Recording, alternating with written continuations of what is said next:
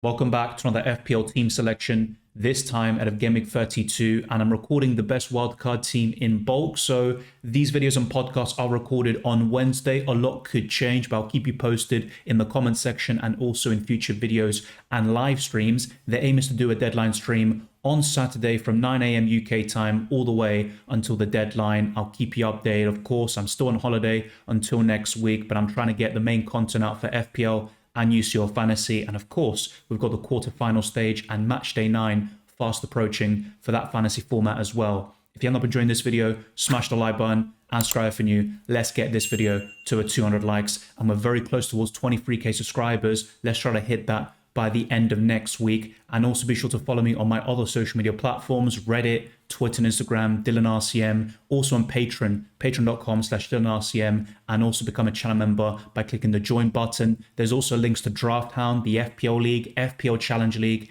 and Spotify and Amazon Music. Follow me on those platforms, leave a 5-star review. It goes a long way to supporting the channel. Without further ado, let's jump straight into it. Only a handful of games took place on Tuesday, and Dubravka was so close to saving a penalty from Dominic Calvert-Lewin, and that could have easily swung this 2-pointer into a massive haul. He got a hand to it, but wasn't strong enough to palm that away and make that penalty save. So Dubravka, as usual, disappointing. 2 points only from him, and Areola is out for the foreseeable future. He could also be unavailable for Gameweek 32 and perhaps Gameweek 33. And my plan was always to bring in a goalkeeper for Double Gameweek 34. And the main options for me lie in Pickford, Kelleher, and David Raya. And my personal preference right now is with the Spaniard from Arsenal. Towards the end of the deadline stream, I took a -4 hit for Virgil van Dijk, and if I didn't do it now, I probably would have done it around Gameweek 33 or Gameweek 34. I have no regrets about taking this hit, and Virgil van Dijk did extremely well in the reverse fixture. He scored, kept the clean sheet, and got 14 points. That will be massive for me this week, so I'm hoping for the very best here. Minimum a clean sheet against Sheffield United. I'm very confident, but unfortunately, I ended up benching Zabini as a result of buying Virgil van Dijk. I benched the wrong defender, as I'll show you very shortly, but my second option in the heart of this defense is Saliba at home to Luton Town. Despite how good Arsenal are defensively, I'd say they're the best team in Europe defensively. I still think Luton Town will score in this game, but we'll find out later tonight, of course, and a clean sheet will be more than welcome. But my final defender is Pedro Porro, who has one return since Gameweek 22 when I benched him against Aston Villa a couple of weeks ago. He has been a dreadful FPL asset recently, and although Spurs have future doubles later in the season, I don't think Pedro Porro is that desirable at this moment in time. Spurs aren't keeping clean sheets. Porro's not getting attacking returns, and when he doesn't get attacking returns, he's just going to give you these 1 or 2 pointers. I do like his bonus points potential, but you need something from him in terms of clean sheets or assists, and he's providing neither at the moment, and he still hasn't scored a Premier League goal up until this point. I think he's a hold for Gameweek 32, but afterwards, Pedro Porro is a very easy sell. This game week is still in its infancy, so I can't provide a full review, of course, of Gameweek 31, but Salah is yet to face Sheffield United, and I'm quite surprised by the stats, and in terms of the effective ownership, I thought it'd be much higher, but I'm hoping for the very best here from Mohamed Salah. I think he could easily get 3 or 4 attacking contributions if he plays 70 plus minutes, and even if you got 2, I'd be quite happy with that. So Salah home to Sheffield United is almost destined for greatness, but you just never know in FPL and football. There are so many twists and turns left for the remainder of the season. Next up is Bukayo Saka, who was in training, and he should start against Luton Town. A lot of people do ask me, do you think Arteta's going to rotate? And I just haven't seen that evidence in the last couple of seasons. Arteta tends to play the best team possible in the Premier League, especially at this stage of the season where Arsenal are in the thick of it in terms of the title race. And Luton Town aren't a bad side. They tend to lose most games by 1 goal, or they can get some surprising draws or results. So Arsenal can't take them lightly, and the likes of Bukayo Saka have to start if he's fit, and I believe he is. So with Saka, I have no concerns about him starting whatsoever, but I do recognise they could be sobbed off early, especially if Arsenal somehow go 2 or 3 goals up. My third midfielder is also yet to play in Cole Palmer at home to Manchester United. A lot of home fixtures for my team in Gameweek 31, but that won't be the case in Gameweek 32. But Palmer, both home and away, I'm not quoting the television show, of course, but Cole Palmer is a great option regardless, and I'm expecting him to do great things against Manchester United and also next week against bottom of the league, Sheffield United. And my final midfielder is Phil Foden, who is also yet to play. So I think my week could turn from a pretty poor one so far into a decent one after my midfielders have all played, because there's still a long way to go in Game Week 31. However, two of my forwards have already played and they've both blanked. Muniz got 2 points and Fulham were getting decimated by Nottingham Forest in the first half alone, which led to 3 changes after 30 minutes by Marco Silva. Thankfully, Muniz wasn't subbed off early, but my alternatives for Muniz were Mateta or Cunha, who I discussed in my last team selection. Cunha was benched, and that was the main reason why I was a bit put off by him in the end. And I do like Muniz's prospects for Game Week 31, 32 and 33. But unfortunately, he has blanked already against a team which Fulham beat 5-0 earlier in the season. And next up is another opponent in Newcastle, who actually Fulham did lose against 3-0. But after that, it's going to be West Ham, who Fulham did beat 5-0. And I'm hoping that Muniz can get some attacking returns. And I do think Fulham are much better at Craven Cottage this season. The other forward who blanked is Dominic Solanke, which is a big shame because, of course, his partner in crime at the back in Zabani was the one who got 7 points, and he's pretty much matching my entire squad, who have got 8 points at the moment. With a -4 hit, that's 4 points from 4 players so far, while Zabani got that bonus point and 7 overall. My final forward is Erling Haaland at home to Aston Villa. I think he's going to do very well in this game. I think it's going to suit him. Aston Villa are going to provide some chances, and Man City will bounce back after a very disappointing draw against Arsenal and a couple of draws recently in the Premier League. But Man City are unbeaten in a couple of months now. Their last defeat was actually, in fact, against Aston Villa back in December, which seems like such a long time ago already. And Erling Haaland was very ineffective in that game. But I'd be very shocked if the clock struck twice and Haaland blanked yet again. I have no regrets about my transfers in Virgil van Dijk, Mohamed Salah and Rodrigo Muniz, but I do have regrets about benching Zabani. And if I didn't take that hit for Virgil van Dijk, I would be on 15 points right now with Zabani's 7-pointer. But it is what it is, and Zabani will still be useful in Double Gameweek 34, although I suspect he won't even get 7 points in that game week the way things are going in the defense this season. So I've got 4 points with that -4 hit taken into account, but I've still got Saliba, Salah, Saka, Palmer, Foden, Virgil van Dijk and Haaland yet to play, including my captain in Mohamed Salah, while Saka was my vice. But going into Game Week 32, I've got a different idea about the captaincy, and Salah will be in contention, the same with Erling Haaland, but I might end up captaining someone else entirely, as I'll show you. And I'll also talk about my transfer plans going into Double Game Week 34 to bolster my Double Game Week players. So let's jump straight into the team selection portion of this video and podcast and talk about my starting 11 for Game Week 32. I can't stress enough how bad goalkeepers have been this season in FPL, and Dubravka is certainly no exception. I had quite high expectations in terms of his value. I thought he could be an absolute steal at around 3.9 to 4 million, but he has been a total disaster. Only 2 clean sheets since he's come into the side, and he got a penalty save when most of us benched him anyway against Liverpool. But Dubravka away to Fulham, don't expect anything whatsoever. If Areola has any chance of playing in Game Week 32, I'd be starting him away to Wolves, but it doesn't seem like that would be the case. So unfortunately, I'm forced to either play Dubravka or make a transfer for a goalkeeper.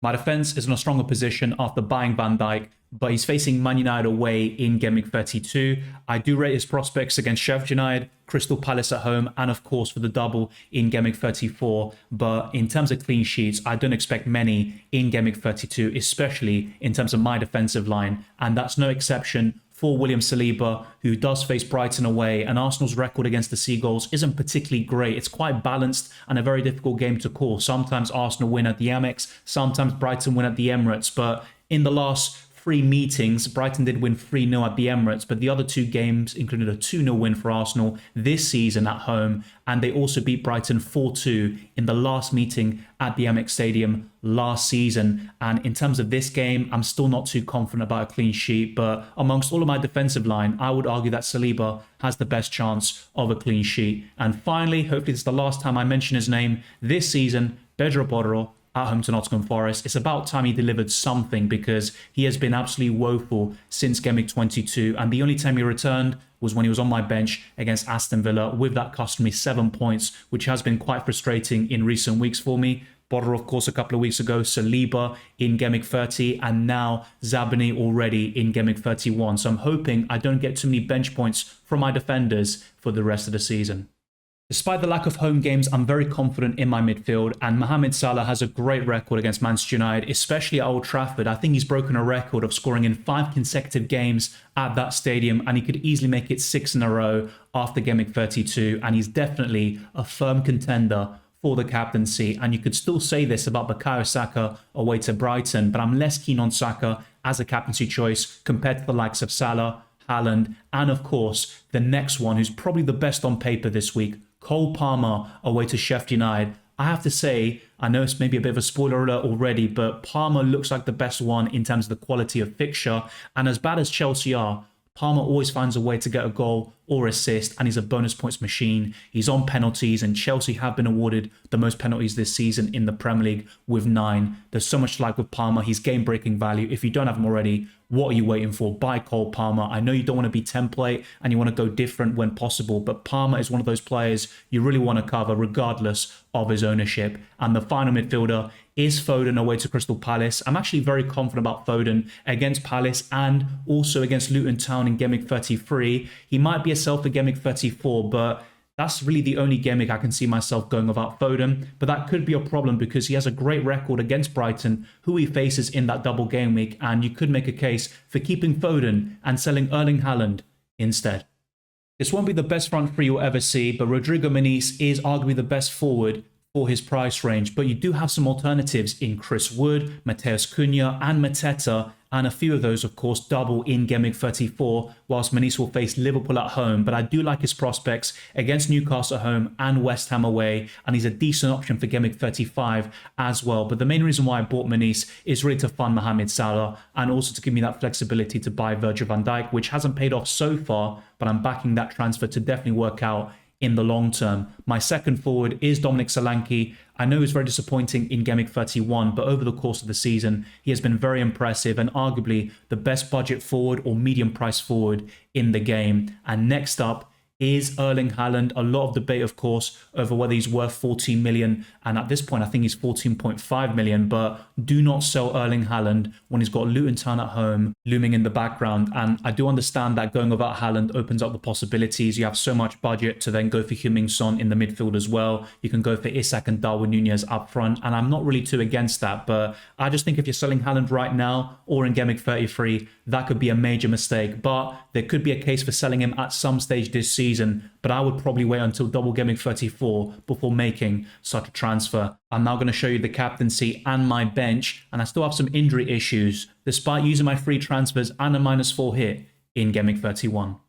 I've currently got Areola on my bench, but if there's any chance of him starting in Game Week 32, he will come in for Martin Dubravka as my goalkeeper. Anthony Gordon is first after returning from suspension, and away from home, I don't really back Anthony Gordon on most occasions, but if the game was at St James's Park, he would easily be in my starting 11. As for Doughty and Zabani, you could make a case for starting one of them over a Virgil van Dijk as one particular example, and of course they are facing each other, and Zabani did get that 7-pointer in Double Game Week 28 against Luton Town after he scored his first ever goal for Bournemouth. So I might need to reconsider this, and it could be yet more bench points from one of my defenders. It's been a very common theme throughout the last couple of weeks for me personally. But in terms of the captaincy, I'm currently going for Cole Palmer, and Salah is my vice. But the other considerations include Haaland. Saka's also an outside shout, but also Muniz at home to Newcastle could be a great differential. But I have to say, I think it's going to be between Palmer, Salah and Haaland, which does seem very template,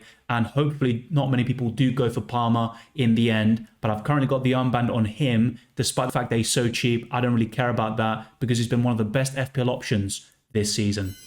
There is a link to Drafthound in the description below. I'd highly recommend you check it out. And many of you are signing up using my link and talking about the benefits that Drafthound brings to you with so many different tools at your disposal. In terms of their transfer suggestions for my squad, they're talking about selling Areola or Dubravka to Kelleher, and they've been recommending this transfer for some weeks now. It's about time I listen, but with Kelleher, the big issue is that Alisson could be back in parts of team training by next week, and in Game Week 34, he could be available for the second game of that double, which means Kelleher might only start one of those 2 games in the double, and that could be a big concern. But if we get confirmation that Kelleher will start both games in 34 or that Alisson won't be back by then Kelleher could be one of my transfers in the next couple of weeks. Otherwise, I'm looking at David Raya in Double Gameweek 34. And in terms of the optimization tool, they're recommending Zabani instead of Virgil van Dijk and Palmer as my captain, whilst Haaland is the vice, which is similar to my current approach. Let me know your thoughts down the comment section below. And in terms of the next section, using fpl.team, it's worth noting that on YouTube, the graphics on the left-hand side